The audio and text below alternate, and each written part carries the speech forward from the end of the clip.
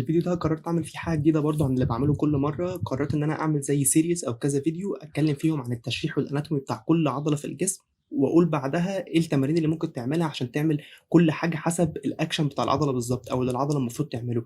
لان حتى لو انت بتتمرن العضله، لو انت مش عارف التشريح بتاع العضله نفسه ومش عارف العضله رايحه فين وجايه منين والمسار بتاعها، هيفضل في حاجات جوه العضله برضو مش بتمرنها، وهيفضل في حاجات ناقصه في العضله، فمش هيديك الشكل الكامل اللي انت متخيله اللي المفروض توصل له.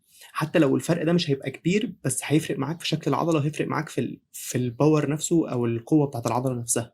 فالعضله اللي انا عايز اتكلم عليها النهارده هتكون هي البايسبس. هتكلم على 3 تمارين على حسب الاكشن، كل اكشن العضله بتعمله هيكون ليه تمرين عشان تعرف تعمل كل حاجه العضله بتعملها بالظبط عشان تاخد احسن فايده من العضله. الموضوع شكله غريب انا عارف، بس تفهموا ايه الفكره منه دلوقتي. اول حاجه خالص، يعني ايه كلمه بايسبس؟ كلمه باي يعني اتنين، وسبس يعني راس.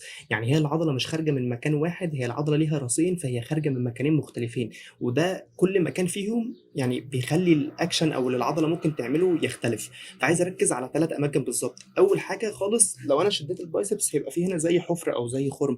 ده اللي بيبان فيه ان العضله اتقسمت نصين، او ده اللي باين فيه ان العضله مقسومه لجزئين.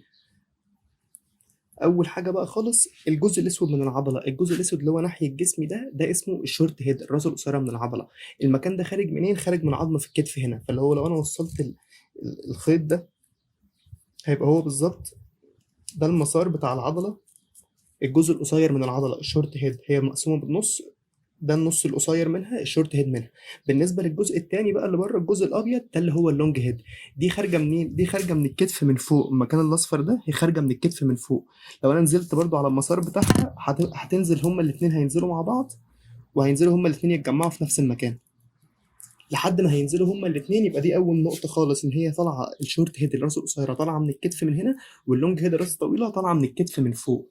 تمام. تالت حاجه بقى عايز اركز عليها، هم نازلين ماسكين فين. لو جيت بصيت على العضله نفسها نازله ماسكه فين، العضله ماسكه في عظمه هنا اسمها الراديوس. تمام. العضله مش نازله في خط مستقيم، العضله نازله بورب. وده هيفرق في اللي هي ممكن تعمله او الاكشن اللي هي ممكن تعمله. ايه الفكره والغرض بقى في التلزيق اللي انا عمال الزقه لنفسي ده؟ الفكره ان انت تعرف العضله رايحه فين وجايه منين، وعلى اساسه تعرف تشغل العضله. لان الناس كلها او اي حد بيتمرن فاكر ان البايسبس بتعمل حركه واحده بس، ان هي بتتني الكوع وتفرده. بس فكره ان هي بتعمل حاجات اكتر من كده، والكلام ده طبعا يعني على اساس الاناتومي اللي انا لسه قايله. لو شفت بقى ان اللونج هيد من العضله الجزء الطويل منها الجزء الابيض اللي انا لسه متكلم عليه، الحته دي من العضله خارجه من الكتف من فوق. فمعنى ان هي خارجه من الكتف، ليه ما ترفعش الكتف لفوق؟ فهي كمان البايسبس بتساعد ان انت ترفع الكتف لفوق. دي اول حاجه بتعملها. تاني حاجه طبعا، طالما هي نازله معديه من على الكوع، فهي كمان هتخلي الكوع التاني ده اللي عادي متعارف عليه. تالت حاجه بقى بتعملها، العضله مش نازله في خط مستقيم، العضله زي ما قلت هي نازله ماسكه في العظمه دي اللي اسمها الراديوس، العظمه بتاعت الريست. تمام. فطالما هي نازله بورب، فهي هتخلي الريست الايد يلف. يعني انت لو بصيت على ريست ايدك بتخلي ريست الايد او الكف نفسه يبص لفوق. فاللي هو انت لو جربت وقفت انت حتى قدام المرايه ولفيت ايدك لفوق، هتلاقي ان العضله نفسها بتشد من غير اي حاجه، بس مجرد انت بتلف ايدك لفوق. فالفكره ان انت لما تعرف ال3 حاجات دول على اساسه هتعرف تمرن العضله صح. فايه التمرين اللي يخلي كف ايدك باصص لفوق، ويخلي كوعك التاني، ويخلي كتفك في نفس الوقت مرفوع لفوق؟ هو شد العقله. بس الفكره ان انت لما تيجي تعمل شد العقله لازم تركز في حاجه تانية. دلوقتي انت عايز تشغل انهي جزء من العضله؟ انت عايز تشغل الجزء القصير منها ولا الجزء الطويل؟ الفكره في اي تمرين بتعمله او اي حاجه، وخلينا متفقين على كده، ان انت بتحط العضله في ستريتش، بتطول العضله، بعد كده بتتنيها، بتعمل فيها كونتراكشن، بتعمل انقباض في العضله بعد ما بتطولها.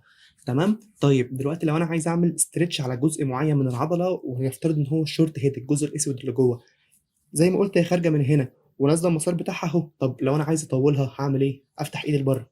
اول ما فتحت ايدي لبره بدا الخيط يتشد اهو لوحده. تمام. فده معناه ان انا لو عايز اعمل شد، وهوريك التمارين دلوقتي، لو انا عايز اعمل شد وتارجت على حته واحده في العضله بس، فممكن اعمل الشد ده بايدي واسعه، هجيب جزء معين بس من العضله. نفس الكلام لو انا عايز تارجت اللونج هيد منها او اللي هي الحته الابيض منها، عايز اعمل لها ستريتش، يبقى ضيق ايدي الاثنين وهخلي ايدي قريبه من بعضها، فهتارجت جزء واحد بس من العضله. تالت حاجه بقى لازم تعملها، لازم تعمل تمرين يخلي ريست ايدك فيه يلف. فهم بالظبط هيبقوا 3 تمارين، لو جربت تعملهم صدقني هيفرق معاك. طيب خلصنا من جزء بقى الشرح والاناتومي والرغي ده كله، نخش بقى على الجزء العملي والتمارين.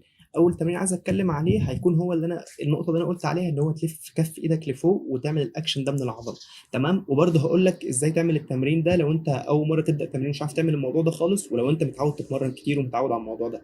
تمام. اول حاجه انت محتاج تعملها يكون معاك حبل، وتكون متاكد ان هو مربوط في حاجه شديده او حاجه جامده، عشان ولا الحبل يتقطع ولا تقع بالحاجه اللي شايلاك.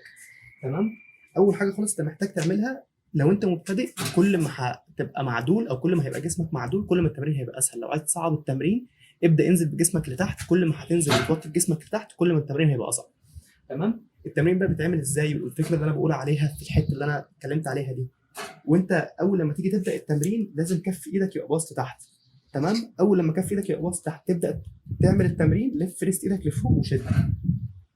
يبقى انا كف ايدي لتحت اهو، ريست ايدي لافف لتحت، ده الموضوع ده اللي انا قلت عليه. تمام. بعد كده اول لما هبدا الفها كده انا شغلت البايسبس اهو، اول ما بدات اشغلها بعد كده بدات اعمل كونتراكشن في المصل. تمام. او بدات اشغل العضله. كل ما هتوطي لتحت كل ما هتبدا تنزل لتحت كل ما هتزود اللود اكبر على العضله. ده اول تمرين اللي هي الحته اللي انت محتاج تعرفها اللي انا قلت عليها دي. طيب كده خلصنا من اول تمرين، نيجي بقى للتمرين الثاني والثالث. التمرين الثاني والثالث هيبقى فيهم شد عقله زي ما قلت في اول الفيديو خالص. تمام. طيب انت دلوقتي عايز تارجت جزء معين من العضله زي ما قلت، عايز تارجت الشورت هيد الجزء اللي جوه، فلازم تحطها في ستريتش، لازم تطولها. هتطولها ازاي؟ هتوسع ايدك وانت بتعمل الشد، وانت بتشد بعد كده هتلاقي ان التارجت او الفوكس بتاع التمرين هيبقى على الجزء اللي جوه من العضله. طيب عايز تفوكس على اللونج هيد، عايز تفوكس على الجزء اللي بره من العضله، فضايق ايدك الاثنين، هتحط الجزء ده في ستريتش. او لما هتشد هيبقى اللود كله على الجزء ده. وهقول لك برضو ازاي تعمل التمرين لو انت ادفانسد، او لو انت بتعرف تتمرن وبقالك فتره بتتمرن، او لو انت لسه مبتدئ ما اتمرنتش خالص. طيب لو انت بتتمرن في العادي او بتعرف تعمل شد عقله فالموضوع عادي، هو شد عقله عادي جدا، بس فكره ايدك الاثنين ضيقه من بعض، هتشد عادي جدا وتبدا تنزل بالراحه. بس يعني هو ما فيهوش اختراع اكتر من فكره التمرين ومكان ايدك. تمام. طب لو انت لسه بتبدا بقى خالص ومش عارف وما عندكش فكره ازاي تعمل شد او الكلام ده، ممكن تعمل الجزء الايسنتريك من التمرين. يعني ايه الجزء الايسنتريك؟ يعني الجزء اللي فيه بتنزل لتحت، يعني انت مش هتشد العقله، انت هتنزل بس ناحيه الجاذبيه مش اكتر. الفكره في الموضوع ده ان هو بيشغل العضله برضو في المسار بتاعها بس في الجزء العكسي منه، وهتلاقي ان انت بعد فتره بدات تعمل تمرين الشد ده بالنسبه لك بقى عادي.